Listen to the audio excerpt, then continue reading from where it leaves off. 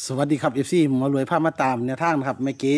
เขา1เต็มเด้อนะครับสำหรับรัฐบาลไทยนะครับเอานะครับตามต่อเลยนะครับสำหรับตามเล่าวของเมื่อกี้นะครับเพิ่นใดตัวใดเพิ่มเติมมาบ่สำหรับเลขตามเล่าวนะครับด่วนๆแม่นนี้ลีครับสำหรับเมื่อกี้มื้อนี้41เด่นชัดนะครับเอาไปตามตามเล่าวต่อครับว่าเพิ่นให้ตัวใดสำหรับเพื่อนบ้านเย็นนี้นะครับไปติดตามรับชมกันนะครับกันเลยครับ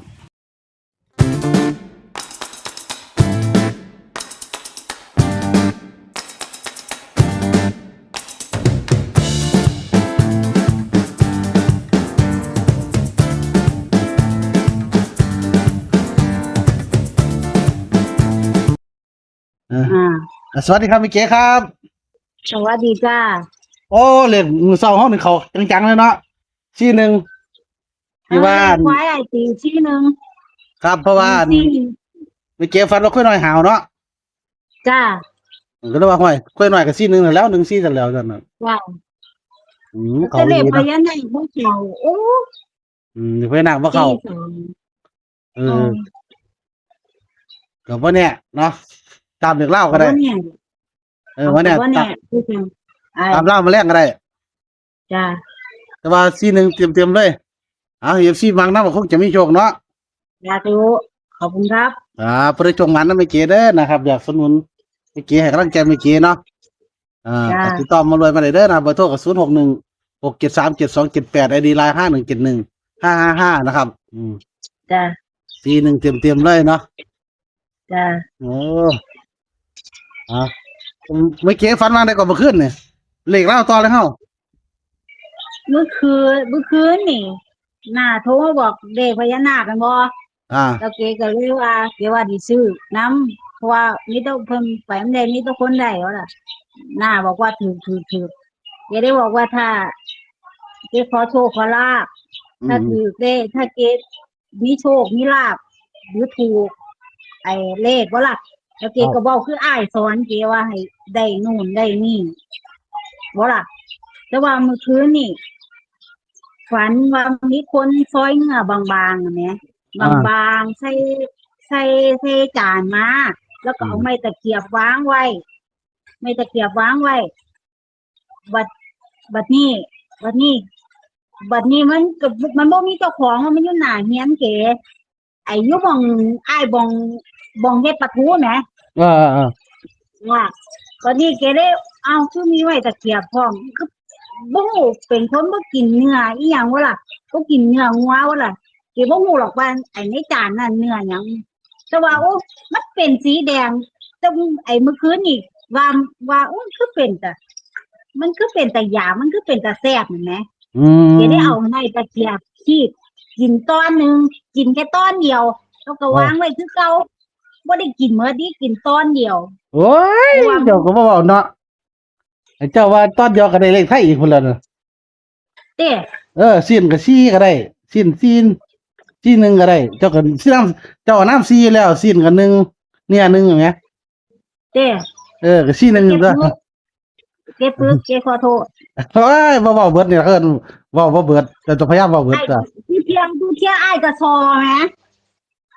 จักแล้วเขาก็ว่ามันได้เรียกเรื่องพญานาคแล้วข้อยก็เลยบ่ได้สอหลายอืมเจ้าก็บ่อืว่าเจ้ามสิ้นตอนเดียวเนาะจ้าอืมนั่นล่ะแล้วเก็ก็วางไว้แล้วเก็ก็ไอ้ย่านเจ้าของเนื้อเพิ่นมาว่ากินของเพิ่นเก็ก็ปิดประตูเข้าไปนอนคือเก่าอืนั่นล่ะมฝันซำนี้ล่ะเมื่อคืนนี่ อืมเดี๋ยวได้บอกว่าจีฟันกินเนื้อแล้วก็ขีดตะเขียบเดี๋ยวก็เลยว่าซั่นน่ะอืมเดี๋ยวซี่หนึ่งก็ออกไปแล้วเนาะแสดงแต่ว่าได้เนี่ยกินอยู่หน้าบ้านเนาะหน้าบ้านน่ะบ่เขาก็มีประตูนั่นแหละตามเรียกพญานาคตัวเพราะว่าได้เรียกพญานาคมาได้กินซีนเด้แสดงว่าเรียกพญาจ้ะนาคก็ได้โชคลาภแล่นต่อก็ได้จ้ะ743เนาะครับสิลงเลขบ้านเด้บัดนี้จ้ะเออ326เพราะว่าเนี่ยอยู่หน้าบ้านบ่ จ้ะ326อืม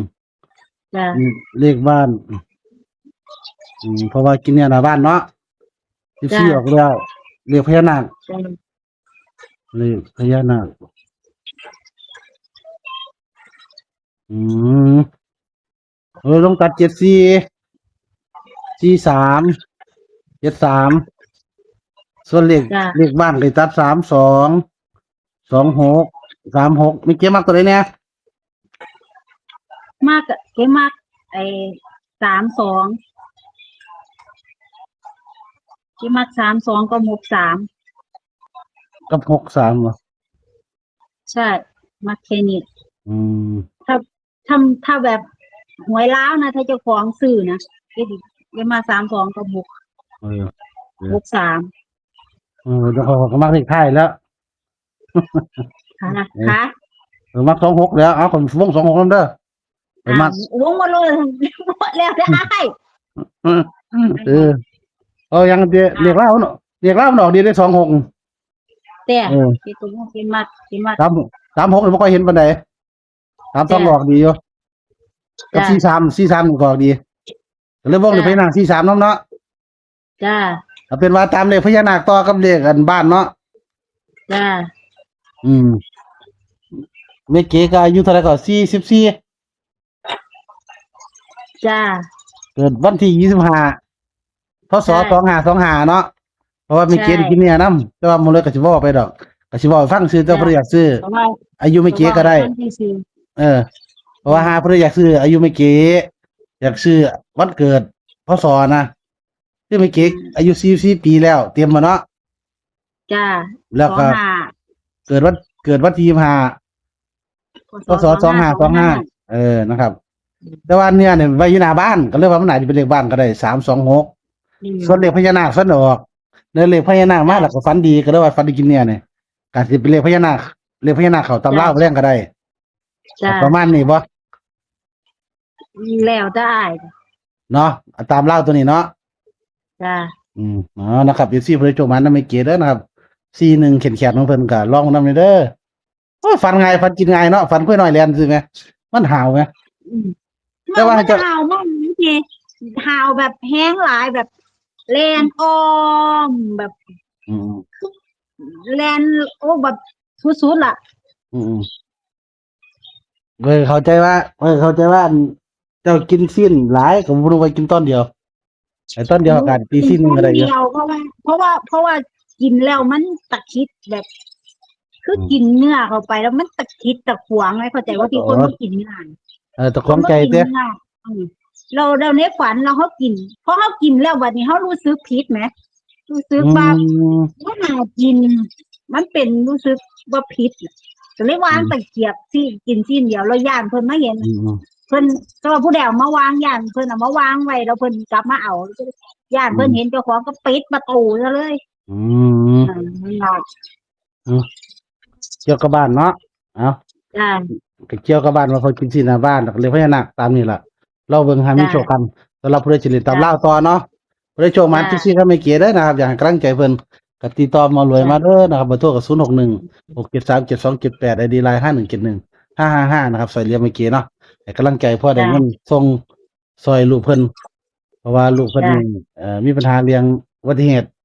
หาโรงพยาบาล20,000กว่านอนก็บ่หลับพี่น้องเอ้ยจะเรียกตนศาสตร์ มันเป็นข้างตาข้าง3 มือเนี่ย ตาข้าง3มื้อว่าน อนบ่ได้ไหมไอโทรมาว่าฝันมันบ่ได้นอนแต่คือไอเคยเห็นว่าแบบบังคับตาเจ้าของบ่ได้ตามันแข็งอ่ะตามันแข็งแล้วมันนอนบ่หลับ คิดหลายเนาะ โอ้